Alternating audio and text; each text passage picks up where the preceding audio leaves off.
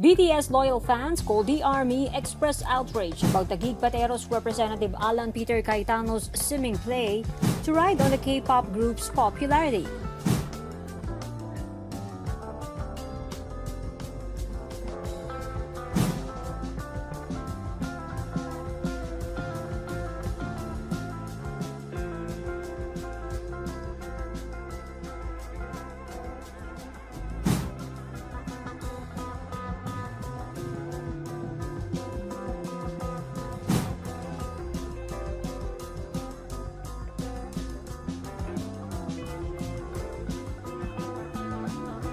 The hashtag Cayetano Stop Using BTS trended on Twitter.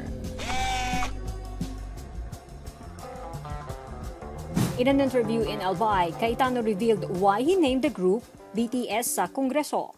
So kung nagkaroon ng konting publicity no, negative o hindi, it's not meant to offend the fans. No? Pero wag nyo rin haluan ng politika kasi kami, hindi namin haluan ng politika yan. Cayetano said the choice of this group's name isn't any different from the Spice Boys moniker used by 6 young lawmakers supportive of then President Gloria Macapagal-Arroyo. Cayetano claims there are members of the BTS Army who express support for his group.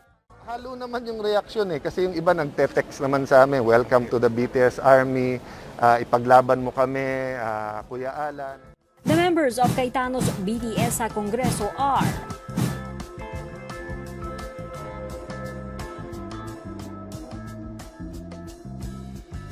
They are the lawmakers who lost their plum post in the House when Marinduque Representative Lord Alan Velasco became Speaker in October 2020. Huwag nilang haluan ng politika.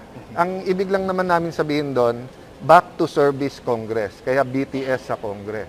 Back to service. Kasi medyo napunta sa politika, napunta sa konting katamaran, napunta sa panay political issues, naging trapo na ulit rather than House of the People, naging House of Politics, no?